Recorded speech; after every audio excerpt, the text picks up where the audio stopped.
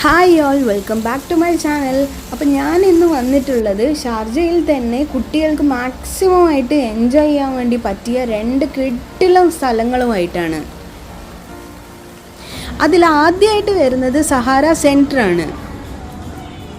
ഷാർജയിലെ കുറേ moles try ചെയ്തിട്ടുണ്ടെങ്കിലും ഇതാദ്യമായിട്ടാണ് സഹാര സെൻറ്ററിൽ നമ്മൾ പോയിട്ടുണ്ടായത്.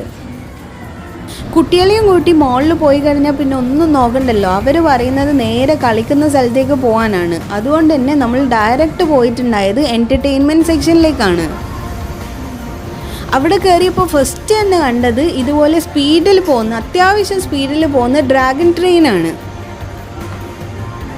പൊതുവേ ഇങ്ങനത്തെ ഗെയിമിംഗ് സെക്ഷനിലൊക്കെ കയറി കഴിഞ്ഞാൽ എല്ലാ സ്ഥലത്തും കോമൺ ആയിട്ടുള്ള കുറച്ച് സാധനങ്ങളാണ് കാണുന്നത്. അതായത് കുട്ടികൾക്കൊക്കെ കളിക്കാൻ പറ്റുന്ന ചെറിയ ചെറിയ റൈഡ്സും അതുപോലത്തെയല്ല കാണുന്നത്.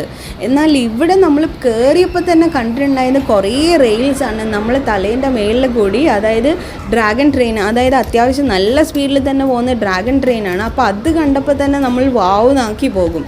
കാരണം first impression is the best impression എന്നല്ലേ, അതുപോലെ തന്നെയാണ്. ഭയങ്കര നല്ലൊരു അഭിപ്രായമായിരിക്കും നമുക്കത് കയറുമ്പം തന്നെ കിട്ടുന്നത്. ഭയങ്കര വെറൈറ്റി ആയിട്ടുണ്ടായിരുന്നു. അങ്ങനെ നമ്മൾ നേരെ പോയി ഇവിടുത്തെ കാർഡ് എടുത്തിട്ടുണ്ടായിരുന്നു. അത് കഴിഞ്ഞ് റീചാർജ് ചെയ്തതിന് ശേഷം ഓരോ റൈഡിലായിട്ട് കയറാൻ വേണ്ടി തുടങ്ങി. നല്ല അടിപൊളി എൻ്റർടൈനിങ് ആയിട്ടുള്ള നല്ല കുറേ റൈഡ്സ് ഉണ്ടായിരുന്നു ഇവിടെ.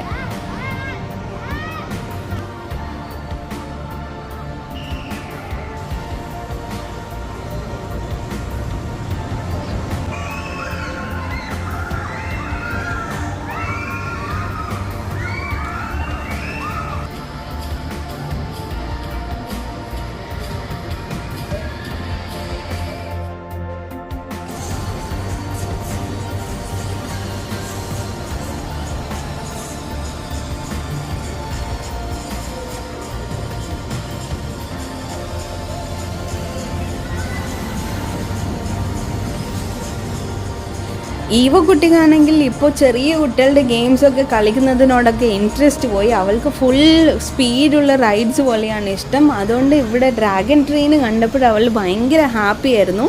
അപ്പോൾ നേരെ റോഷേട്ടനും ഈവ കുട്ടിയും കൂടിയിട്ട് ഡ്രാഗൺ ട്രെയിനിലാണ് പോയിട്ടുണ്ടായത്.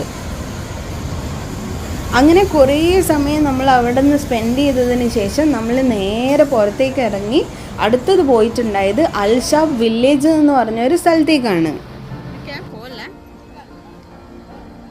ഈ ഒരു സ്ഥലത്തിനെ പറ്റിയും അധികം ആൾക്കാരൊന്നും കേൾക്കാൻ ചാൻസ് ഇല്ലെന്നാണ് എനിക്ക് തോന്നുന്നത്. ഇതും ഷാർജയിൽ തന്നെയാണ് വരുന്നത്.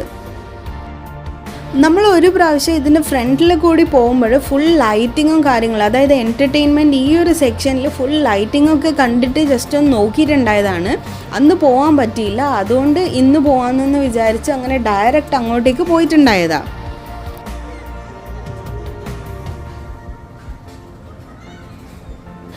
ഈ കാണുന്ന ഒരു ബിൽഡിങ്ങിൻ്റെ ഉള്ളിലായിട്ട് മൊത്തത്തിൽ സൂക്കാണ് വരുന്നത്.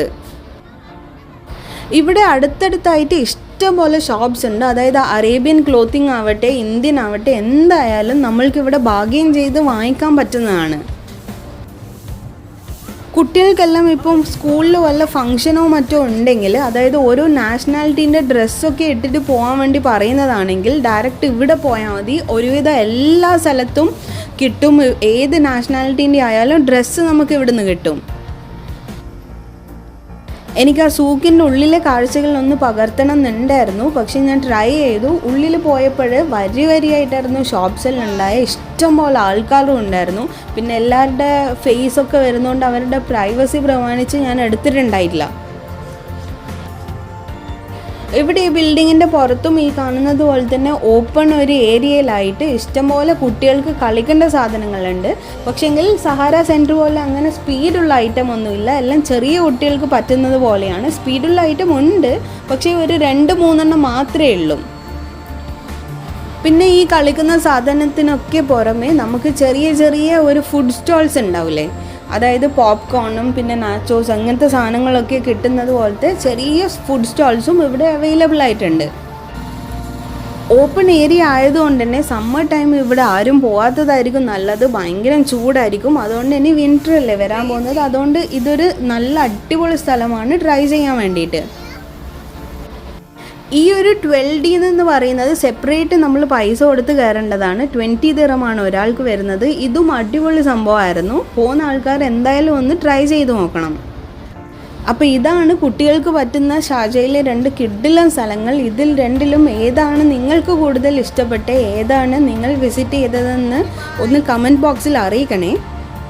അപ്പം വീണ്ടും അടുത്തൊരാഴ്ച പുതിയൊരു വീഡിയോ ആയി കാണുന്നത് വരെ എല്ലാവർക്കും ബായ്.